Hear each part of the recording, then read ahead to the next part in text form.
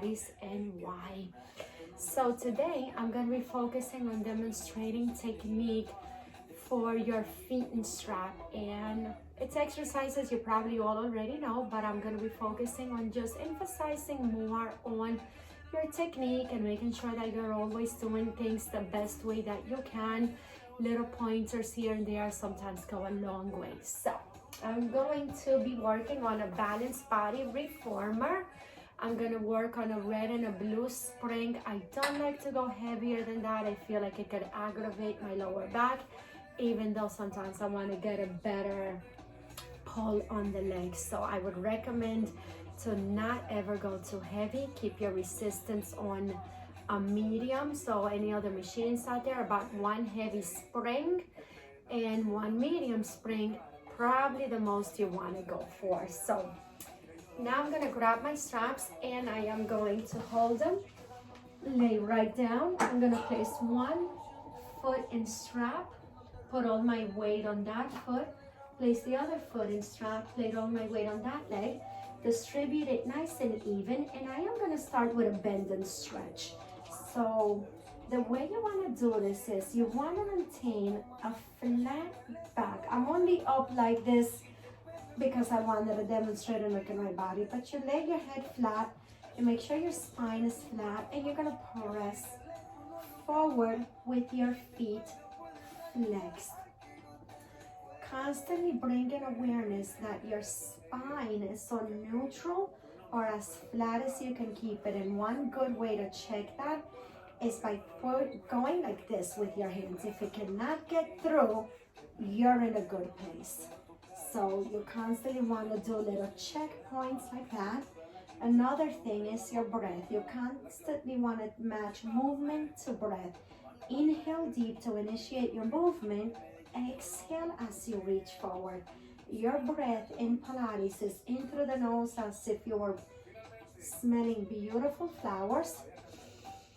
And your exhale is through the mouth, through a pursed lip, as if you were blowing out a birthday candle. And a lot of times you hear the Pilates instructors or pros just doing that noise, and it's to remind themselves to breathe, because we very easily forget. Our body tends to forget. So I'm going to do an inhale now and exhale. Press it forward. Start inhaling as the leg goes in. Start exhaling as your legs go out. From here, I'm going to move into straight legs, stretching out those hamstrings. So you want to pause for a second. Make sure that your spine is flat, your tailbone is down, your hips are even. When you're going to bring these legs down, you want to point. And this is very important. The way you move your ankles, it's how you flex and you point. So on the way down, you're going to point. You're going to keep your spine flat, and you're going to exhale to lower the legs and contract your abdominals.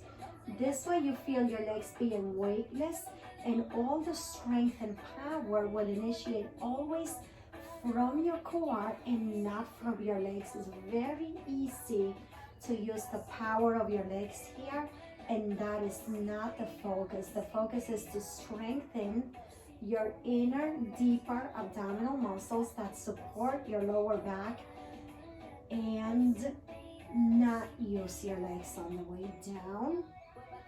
Getting a deep hamstring stretch on the way up. So here's where your feet are flexed.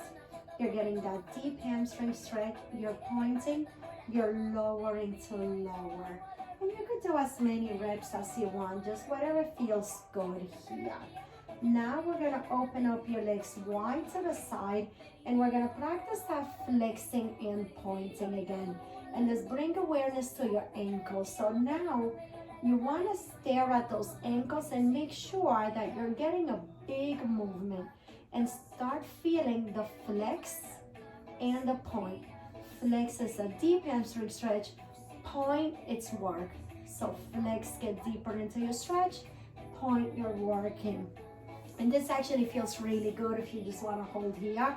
Now we're going to start drawing legs to touch from this position to a 45-degree angle. Heels to touch. Flex your feet before you initiate your movement, and then bring your legs out wide to the side. Point by pointing from those ankles and moving your feet, and bring legs to touch. So again, going back to your spine, you want to do little checkpoints. Is your back nice and flat, pressing into that carriage? Is your belly button to the back of that spine? Are you inhaling to initiate the movement? Exhaling as you bring legs to touch. So inhale is deep. Exhale, bring legs to touch. Also, your hips. I like sometimes to place my hands on my hips because one tends to lift more than the other without me even noticing. So I want to make sure that I'm distributing the weight evenly through each hip, not that one side is leading more than the other. And this is all normal. All of these things, it's what the body naturally wants to do. And we wanted to continue to work against it to just have a more balanced body, right? We always have one side that's more dominant, stronger, more flexible. And we just want to bring awareness to all of that. All while we continue to breathe, bringing heels to touch. Flex your feet, bring it on the way out. And just doing a few more here. As many as you'd like. We're going to bring it all the way in. Bend those knees and hold that butterfly stretch just to open up your inner thighs. And let's bring those legs straight up to the ceiling. Give them a good pull on those hamstrings. And I'll take you now into your leg circles. And your leg circle is a combination of both the moves we just did right now. You're going to initiate the movement with your feet flexed. You're going to open your legs. You're going to make sure that your hips are stable, your spine is flat, your core is engaged. Then you're going to bring legs to touch by tightening your pelvic, your lower abdominals, flexing on the way up, keeping your tailbone down, making sure it's not lifting. So a lot of times you see this lift, that is not good. Flex open, point, bring legs to touch. So this is a very slowly done, broken down leg circle. As you form technique and breathing, you can just have it a little more fluid.